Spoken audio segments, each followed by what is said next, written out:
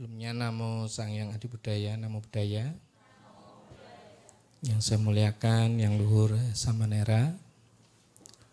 Yang saya muliakan Bante Agacito Tera. Beliau adalah senior yang perlu kita tiru karena beliau sudah menjadi panutan yang luar biasa. Yang saya hormati Ibu Bapak dan Saudara, mohon maaf saya tidak menyebutkan nama tempat ya, karena saya belum begitu hafal nama tempat ini. Tachia Amitovo. Aduh, kok anti Amitovo ya? Tachia Amitovo. Nihoma. Stop sampai situ aja ya. Ibu Bapak dan Saudara, malam hari ini saya sebenarnya yang minta pengen ketemu orang-orang yang luar biasa, yaitu Ibu Bapak. Karena ketika tanggal 29 saya datang di sini, sampai besok tanggal 9 mau pulang, bertemu Ibu Bapak baru malam hari ini. Ya. Ternyata umat yang ada di Medan ini orangnya cuangyen ya. Anda cuangyen ya? Oke. Samaneranya juga cuangyen. Pada malam hari ini saya akan menyampaikan sebuah topik, yaitu tentang tanggung jawab dan kepercayaan. Ya. Apa hubungannya dengan kita melakukan puja pada malam hari ini? Pada malam hari ini, bahkan dari beberapa malam yang lalu, umat Buddha khususnya yang ada di Medan, bahkan di Indonesia, bahkan saya juga dengar infonya dari luar negeri ada yang melakukan kungte atau wesyang atau puja awam manggala untuk melakukan pelimpahan jasa untuk guru yang sangat kita hormati, sangat kita junjung sebagai guru spiritual yang luar biasa. Kenapa? Bahkan saya pribadi tidak ada sentuhan secara kedekatan, tapi saya sangat mengagumi cara beliau menjadi seorang biku. Bahkan di usia yang sangat menurut saya laule, beliau masih naik kendaraan darat. Karena saya terakhir ketemu itu selain ulang tahun kemarin di bulan Desember, saya terakhir ketemu itu di bulan 7. Waktu di Padang ada peresmian wihara. Dan ketika saya tengok beliau naik mobil. Nah, ini yang membuat bulu kuduk saya merinding. Saya sendiri kemarin punya rencana mau pulang naik mobil. Saya sudah berpikir betapa encoknya punggung saya. Ya. Tapi beliau itu melakukan itu. Nah, ini yang sampai sekarang ini belum ketemu kuncinya. Apa resepnya? Ibu, Bapak dan Saudara, seseorang yang melakukan demikian pasti beliau mempunyai tanggung jawab yang sangat luar biasa. Karena kita ketahui menjadi samana ini adalah sebuah tanggung jawab. Apalagi di Indonesia. Di Indonesia ketika kita menjadi biku jangan disamakan ketika kita di luar negeri. Ya, aduh bantenya ikut organisasi, aduh bantenya kelihatan sibuk. Ibu, Bapak dan Saudara, menjadi biku di Indonesia itu selain melatih diri juga mempunyai tanggung jawab memberi pelayanan. Coba Ibu Bapak, kalau seandainya kita tidak memberikan pelayanan, tidak memberikan ceramah, tidak memberikan wahana, atau tidak memberikan sarana melakukan puja, apakah Ibu Bapak berinisiatif melakukan sendiri di rumah? Halo, di mana Ibu Bapak? Melakukan di rumah enggak? Puyau ya. Jadi seolah-olah Ya oke, kita lewati hari ke hari.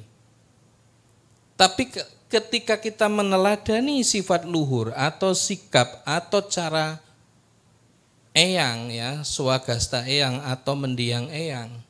Bahkan saya mendengar sebelum tidur pun beliau nggak tahu jam berapa, tiam yo. Saya baru dengar ketika beliau sudah tidak ada. Saya kaget ketika ibu-ibu biasanya eyang jam segini nyalain dupa, bahkan bangun pagi sak tiam. Berapa itu sak tiam? Jam? Ya, at 3 ya. Jam 3 beliau bangun pagi. Coba saya sendiri paling si tiampa atau gok tiam baru bangun. Tapi beliau yang sangat mempunyai tanggung jawab terhadap dirinya sendiri atau demi perkembangan agama Buddha, beliau bangun sak tiam. Lantas saya itu berpikir bagaimana cara menemukan kunci hidup sehat beliau. Sampai tadi malam saya merenungkan, bahkan tadi siang saya melihat YouTube yang menampilkan mungkin ketika beliau menyampaikan pesan-pesan entah dimanapun sumbernya saya tonton tadi siang. Bahkan sampai ngomong kasarnya bulu kuduk merinding. Ya ampun. Jadi ada beberapa waktu ketika kemarin-kemarin ya saya menjadi biku, ada sesuatu yang saya sia-siakan. Apa itu? Menyia-nyiakan waktu. Ingat ibu bapak dan saudara, kalau cien itu bisa didapat, kapanpun bisa kembali. Waktu bisa kembali? Bisa enggak? Enggak. Siapa yang bisa beli waktu? Sekarang siapa yang usia paling laule di sini? Ya jangan langsung bingung kanan kiri ya. Anggap aja saya udah laule. Wosan sesan ya, sekarang sudah 33 menuju 34.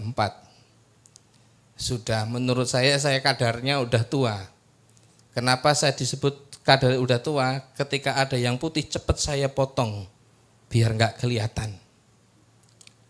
Kemarin ketika tanggal berapa ya? Kemarin tanggal 6. Kemarin tanggal 6 tidak bisa saya ambil lagi pada waktu sekarang. Karena waktu kemarin sudah berlalu. Dan ketika kemarin kita tidak melakukan sesuatu, artinya kita telah kehilangan sebuah tanggung jawab dan kepercayaan. Maka mungkin ini ya, kita duduk bersama para babacita. Saya di sini merasa bahagia, para samanera pagi-pagi sudah melakukan kewajiban, sebuah ritual yang sejak Buddha ada, yaitu pindapata. Dan ketika saya turun, mereka juga wajahnya cerah, karena orang yang berlatih itu wajahnya cerah. Lah kok Bante kusem? Belum maksimal, jadi masih agak kusem. Di sini saya melihat tanggung jawab yang luar biasa yang diberikan. Bahkan ketika saya pribadi ngobrol-ngobrol dengan para wiku sangga di atas, diskusi kecil, ini sangat memberi inspirasi ibu bapak. Ini jarang saya temukan di suatu tempat. Ya, artinya ada nilai tanggung jawab yang luar biasa. Bahkan Buddha sendiri pernah menceritakan sebuah cerita tentang arti sebuah tanggung jawab. Boleh saya cerita ya? Boleh ya. Pada kehidupan lampau, Sang Buddha terlahir menjadi seekor gajah atau raja gajah. Gajah itu ada di mana? Ya? Ada yang pernah melihat gajah atau saya cerita gajah, Anda enggak pernah melihat gajah? Siapa yang enggak pernah lihat gajah? Bapak-bapak pernah lihat gajah? Coba gajah bentuknya kayak apa? Ya ngomong gendutnya jangan ke sini. Ini memang gendut, ya. Gajah itu anggap aja adalah binatang besar. Kala itu Sang Buddha atau Bodhisattva itu terlahir menjadi raja gajah. Gajah itu punya sesuatu yang di samping mulut. Apa namanya? Namanya gading. Yang panjang itu namanya belalai. Oke. Gading harganya mahal enggak? Oke. Jadi dari sini ceritanya nanti akan kaitkan. Ketika bodhisattva terlahir menjadi gajah atau pimpinan para gajah, ya, di lain pihak hidup seorang yang sangat, katakanlah kehidupannya kekurangan. Orang yang kehidupan kekurangan ini mengajak temannya untuk merampok di desa lain. Kalau merampok di desanya sendiri kan mungkin malu, ya. Ini kebetulan beliau ini punya ide ingin merampok di desa lain. Merampok belum selesai, ternyata warga pada berjaga sehingga para perampok, ingat, para perampok ini lari tunggang langgang masuk ke hutan. Ketika masuk ke hutan, mereka nggak mungkin masuk ke hutan itu bareng, itu enggak. Pisah-pisah atau bareng-bareng, saking ketakutnya ini. Umumnya kalau dikejar massa, perampok yang banyak itu larinya bareng-bareng atau pisah-pisah? Bisa membayangkan ya? Saya minta ibu bapak untuk membayangkan seolah-olah hadir di situ, tapi jangan jadi perampoknya ya. Seolah-olah hadir di situ. Nah, perampok ini lari tunggang langgang, dan satu perampok itu lari sampai masuk hutan, bahkan dia tidak tahu jalan keluar. Ketika itu waktu sudah menunjukkan agak-agak sore. Dia panik, lari ke pojok, tidak ketemu jalan pulang. Bahkan saking putus asanya, si satu perampok ini pasrah. Kenapa pasrah? Ya namanya di hutan, ada dua jenis hewan di sana. Hewan buas dan hewan jinak. Kalau hewan buas ketemu manusia, bagaimana? Apa yang terjadi? Enggak mungkin ya, say hello, how are you itu enggak mungkin. Pasti ada dua kemungkinan, antara ngejar kalau enggak dikejar. Saking paniknya, dia pasrah, dia mencari kayu, ya, dia mencari kayu yang bisa dibawa, mukul-mukul pohon, ya, pohon itu dipukul-pukul dengan tujuan memberi tanda dia ada di situ. Nah, terdengarlah oleh sekelompok gajah tadi. Nah, ada gajah yang lari nemuin raja gajah. Nah, raja gajah ini adalah sesosok bodhisattva yang sedang menyempurnakan paraminya. Ya, akhirnya gajah tersebut menemui perampok tersebut. Ya, ini bahasanya menggunakan bahasa saya. Kamu sedang ngapain di sini? Aduh, maaf gajah, saya ini sedang tersesat. Benar kamu tersesat, bukan karena berburu. Benar gajah, saya dikejar oleh massa, saya lari ke dalam. Loh, kenapa kamu lari ke dalam?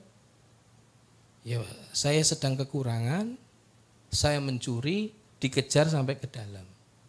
Terus kok kamu kan nggak pulang? Nah itu gajah, saya nggak tahu jalan keluar menuju pinggir hutan. Kalau Anda di posisi itu panik, bingung atau takut? Oke, di posisi itu Anda bingung, panik atau takut?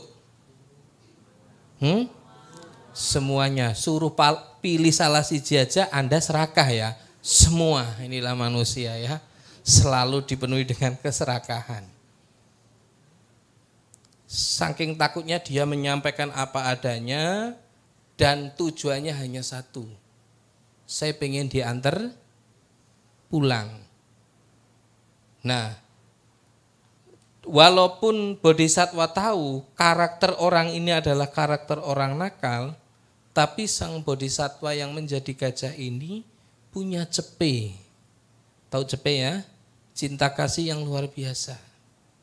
Akhirnya gajah mengatakan kepada perampok tersebut, oke, naiklah ke punggung saya. Saya janji akan mengantar kamu di ujung hutan sana, dan jangan sekali-kali kamu masuk sini lagi. Silahkan naik. Nah, suruh naik. Yang suruh naik apa tadi? Gajahnya atau manusianya? Ya, manusia naik ke punggung gajah ya. Naik ke punggung gajah. Ini para santri di sini semangat ya. Naik kemana? Ke gajah ya. Jadi naik ke punggung gajah, berjalan. Dalam pikirannya dia melihat apa tadi?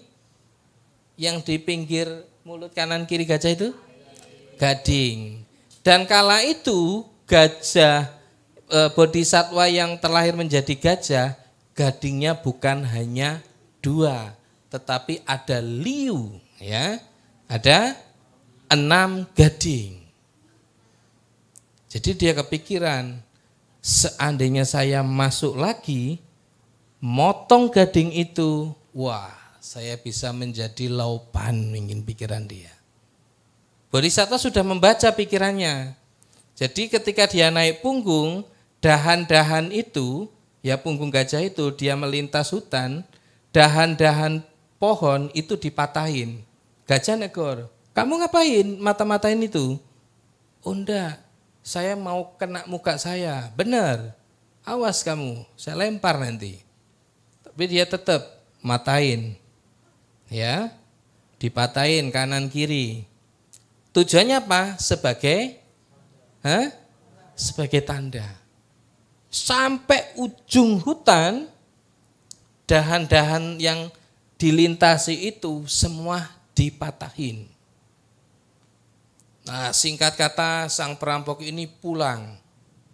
Pulang ketemu temannya cerita. Kita nggak perlu merampok lagi. Lah kenapa? Ada sumber keuangan. Di mana? Di hutan sana, yaitu di tengah hutan ada sekelompok gajah dan gadingnya panjang-panjang. Itu sumber uang. Benar, iya, masuk. 3 hari berikutnya dia masuk hutan, gajah bodhisattva itu udah nunggu. Kamu mau ngapain?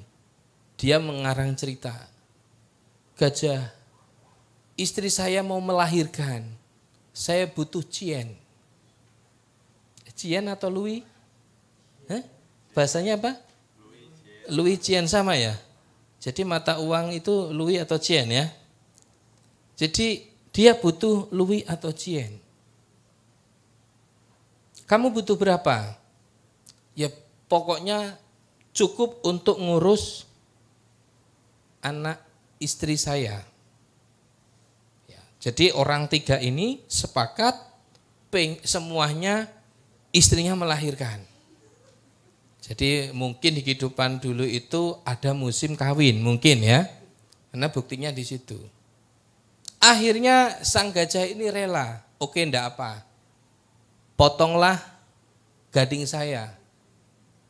Jadi orang itu membawa gergaji, masing-masing gading tersebut yang kanan, ya kan dia ada 3, kanan kiri itu ada 3, jadi jumlahnya ada 6. Masing-masing yang kanan itu dipotong setengahnya. Coba Anda punya gigi dipotong, ya didanakan mau? Anda mau ya? Karena ini seorang bodhisattva, ini dipotong. Ketika dipotong, potongan pertama dia gajah itu masih mampu menahan rasa sakitnya. Walaupun linu-linu kayak apa ditahan. Potongan kedua juga demikian, potongan ketiga gajah tersebut pingsan. Ya. Karena gajah ini pingsan, sang pemburu ini punya kesempatan. Kesempatannya apa? Memotong semuanya. Akhirnya pulang. Gajah 1 jam atau 2 jam berikutnya, gajah ini terbangun dan beliau mengatakan di dalam diri, kebanyakan manusia dikasih kepercayaan tidak mampu menjaga kepercayaannya. Dan kebanyakan orang tersebut mengingkari tanggung jawabnya. Maka dari itu ibu bapak dan saudara, pada malam hari ini kita sama-sama mempunyai sebuah tanggung jawab yang besar, yaitu untuk menjaga agama Buddha atau nilai-nilai Dhamma yang telah masuk di bumi Nusantara. Ya, dengan Anda datang ke wihara ini salah satu support yang luar biasa bahwasanya Dhamma di Nusantara ini akan selalu ada. Bayangkan kalau kelak umat Buddha sudah lupa datang ke wihara, maka nilai-nilai Dhamma pelan atau lambat itu akan mulai pudar. Untuk itu ibu bapak dan saudara, malam hari ini dimanapun berada, saya mengingatkan, datang ke wihara sebagai umat Buddha atau perumah tangga itu juga sebuah tanggung jawab. Tanggung jawab bersama untuk menjaga Dhamma. Apakah Anda tidak mau warisan Dhamma ini diwariskan untuk anak Anda? Mau tidak? Kalau mau, mari kita sama-sama untuk beraditana. Beraditanalah. Kita ke wihara, kita belajar Dhamma, kita menunjukkan bakti, kita menunjukkan nilai-nilai kualitas hidup.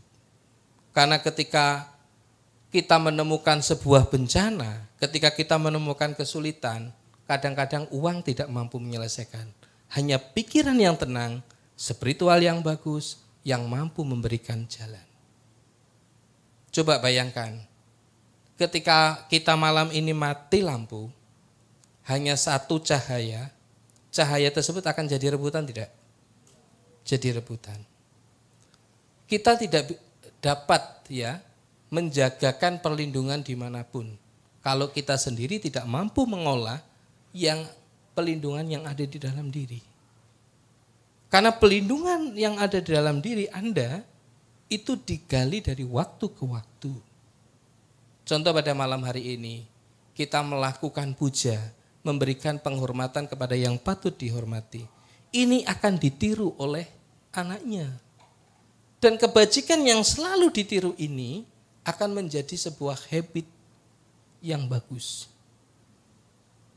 Maka saya selalu mencari informasi. Saya juga dengar kalau para umat yang ada di daerah sini ini memang rasa baktinya sudah nggak bisa diragukan lagi.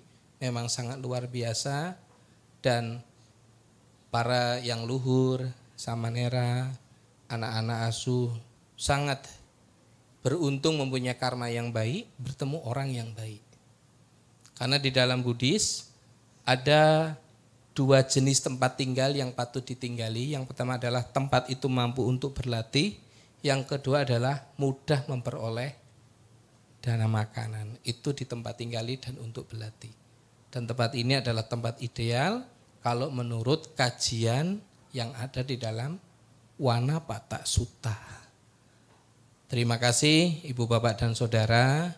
Semoga yang saya sampaikan sedikit ini bisa bermanfaat. Walaupun tidak besar, minimal Anda bisa tersenyum, itu adalah bagian manfaat yang luar biasa. Harapannya adalah berjuanglah sampai Anda menemukan perjuangan itu berarti untuk Anda. Jangan sampai Anda mengurangi perjuangan gara-gara menemukan kegagalan. Karena apa? Itu membuat kita tidak berkembang. Terima kasih, Tui Puji jika ada kesalahan.